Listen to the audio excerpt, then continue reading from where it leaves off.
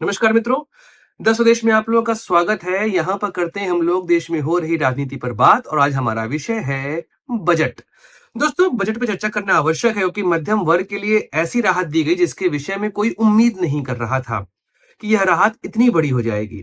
ऐसे में दिल्ली का चुनाव, क्योंकि इसमें मध्यम वर्ग को लेकर कई सारी बातें हो रही थी और अरविंद केजरीवाल जिस विधानसभा सीट से आते हैं वहां पर मध्यम वर्ग की अच्छी खासी संख्या है और खासकर सैलरी पेशा लोग जो कि इस बजट से बहुत प्रभावित होने वाले हैं, उनकी आय में परिवर्तन आने वाला है। इससे देश की राजनीति में क्या आएगा, परिवर्तन करेंगे आज के वीडियो में बात।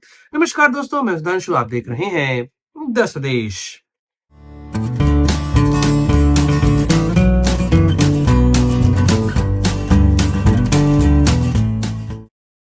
तो निर्मला सीतारमन जब बजट पेश करने जा रही थीं, तो लोगों को उम्मीद नहीं थी कि इस बार मध्यम वर्ग के लिए कुछ किया जाएगा, क्योंकि पिछले 10 सालों से जब से भाजपा सरकार काम कर रही है, उसमें केवल एक ही बार ऐसा हुआ था कि जब नई टैक्स रेजिम के आधार पर 5 लाख की छूट दी गई थी। उसके बाद इसको एक्सटेंड करके 7.5 लाख कर दिया गया था।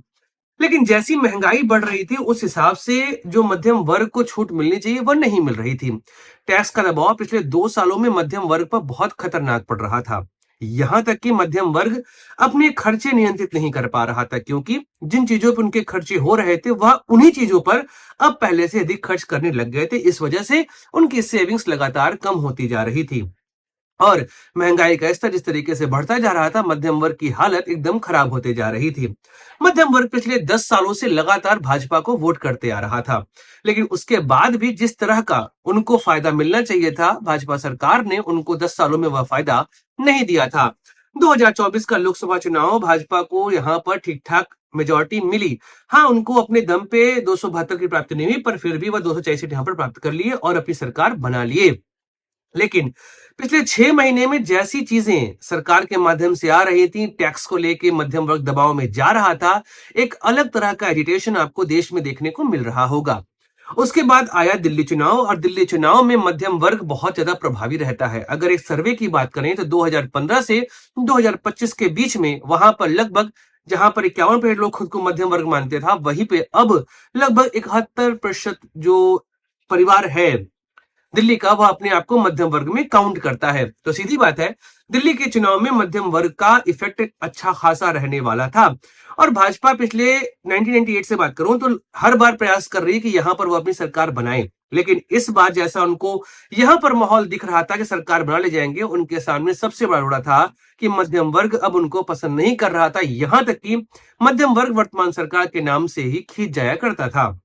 इसको लेकर अरविंद केजरीवाल ने एक 7 पॉइंटर्स मैनिफेस्टो जारी किया। उसमें उन्होंने कहा कि भाई, यह पहला ऐसा मैनिफेस्टो है जो बात कर रहा है मध्यम वर्ग की। ऐसे में मध्यम वर्ग को लेकर कई सारी डिमांड हुई, उसमें सबसे बड़ी डिमांड थी कि टैक्स रिजिम चेंज होना चाहिए। तो अब इसको लेकर जब सरकार ने बजट पेश किया तो बहुत दबाव पड़ चुका था। कल जब नरेंद्र मोदी ने अपनी प्रेस कॉन्फ्रेंस की, उसमें उन्होंने कहा कि भाई, अब माता लक्ष्मी गरीबों पर और मध्यम वर्ग पर अपनी कृपा बरसाएं। यह एक इशारा था कि इस बार मध्यम वर्ग के लिए यहाँ पर कुछ चीजें आने वाली हैं। अब आते हैं निर्मला सीतारमन के इस बजट पर जो उन्होंने यहाँ पर पेश किया है, क्योंकि इसमें मध्यम वर्ग को वह राहत दी गई है जिसकी उम्मीद मध्यम वर्ग भी नहीं कर रहा था और दिल्ली के चुनाव में इसका प्रभाव भी पड़ने वाला है। अब डिटेल में इसको समझते हैं। अगर आपको पता है तो भारत में दो तरह के टैक्स रिजिम चलते हैं। पहला है ओल्ड टैक्स रिजिम, दूसरा है न्यू टैक्स रिजिम।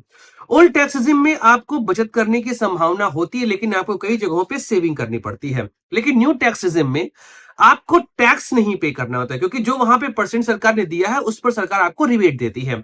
और अगर अभी तक आप देखेंगे तो 7.5 लाख रुपए तक पे आपको एक भी रुपए टैक्स देना नहीं पड़ता था। हाँ, टैक्स आपके सही स्लिप में लिखा रहता था, पर वह टैक्स कटता नहीं था, क्योंकि वहां पर सरकार आपको टैक्स रिबेट दिया करती थी।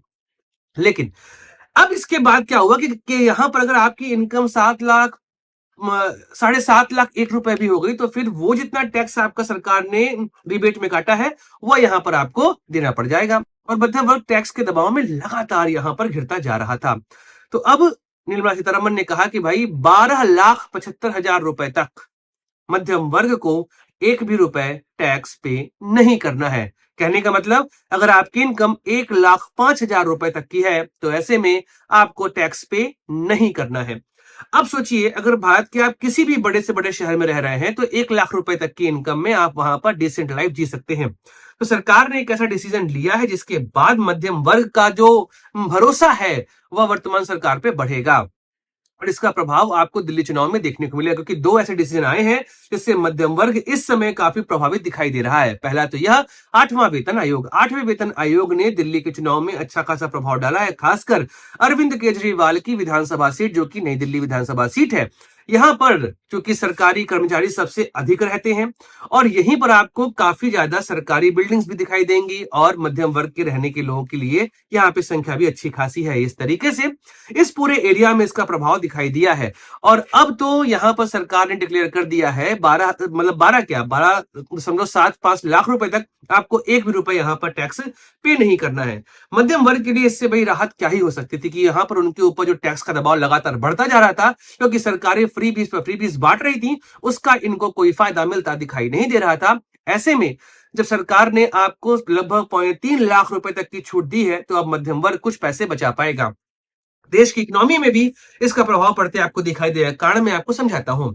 जैसे अगर आपके पास पैसे मानिए 100 रुपए आपके पास हैं और 100 का 100 रुपए आप खर्च कर रहे हो, तो इसका मतलब यह है कि आप देश की इकोनॉमी में पार्टिसिपेट कर रहे हो। लेकिन यहां पर क्या हो रहा था कि आप 100 रुपए में जितना सामान अभी खरीद पा रहे थे, अब उससे कम खरीद पा रहे हो। मतलब आप नई मदों में खर्च नहीं कर रहे हो। इस वजह से देश की इकोनॉमी भी गड्ढे में जाएगी, जिसके बारे में मैंने अपने पिछले वीडियो में बात किया था। लेकिन अब जब आपके पास 1 लाख रुपए की इनकम यहां पर हर महीने आएगी, अगर आपकी सैलरी है 12 लाख रुपए और अगर आप 1 लाख रुपए यहां पर मंथ अर्न कर रहे हो, तो वह 1 लाख रुपए जो आपके पास टैक्स बच रहा है, लगभग 80,000 रुपए का आपको फायदा होगा। तो अब यह पैसा आप नई जगहों पे लगाओगे, अपनी सेविंग बढ़ाओगे। जब सेविंग बढ़ाओगे तो उसका फायदा देश की इकोनॉमी में होता हुआ हमको दिखाई देगा। अब नई दिल्ली विधानसभा सीट पे अरविंद केजरीवाल के लिए समस्याएं तो बढ़ेंगी, क्योंकि एंटी इनकम्बेंसी फैक्टर हावी है और अब दो ऐसे फैसले, क्योंकि जो उनके मतदाता हैं, उन मतदाताओं में मध्यम वर्ग की संख्या बहुत ज्यादा है, खासकर नौकरी पेशा लोग। ऐसे में नई दिल्ली विधानसभा की सीट इस बार काफी इंटरेस्टिंग रहने वाली है। अपनी सीट पर वह घिरे हुए हैं और अब आठवां वेतन आयोग और साथ में जो यहां पर 12 लाख रुपए की छूट दी गई सरकार के माध्यम से मध्यम वर्ग को टैक्स में, उसका भी इफेक्ट आपको यहां पर देखने को मिलेगा। दोस्तों, बाकी हम लोग चर्चा करेंगे डिटेल में इस बजट पे कि आखिर क्या इस बजट में अच्छा है, क्या बुरा है। हम बात करें डिटेल में। यह था एक तो एक टिप्पणी जो कि दिल्ली चुनाव को कैसे प्रभावित कर रहा है यह बजट। बाकी बात करेंगे दोस्तों अगले वीडियो में। अपने दोस्त सुधांशु को दीजिए इजाजत। Like share subscribe the channel. जय हिंद, वंदे मातरम, भारत माता की जय।